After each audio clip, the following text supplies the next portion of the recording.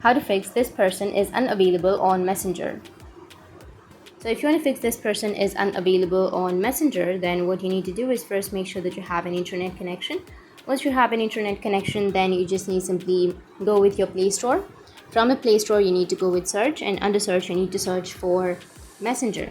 After searching, you need to go with update and update your application. After updating, your problem might be fixed. If that doesn't fix your problem, then you just need to simply go back and tap and hold on to your Messenger. Go with the app info. From the app info, you need to go with storage and cache and go with clear cache.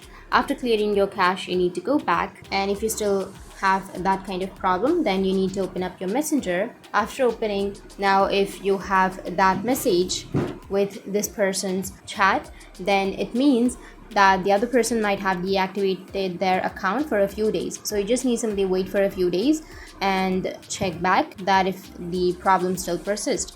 And even after a few days, if you have the same kind of interface, then it means that the other person has blocked you. So you need to go with your friend's device or your family member's device and then check for this person account.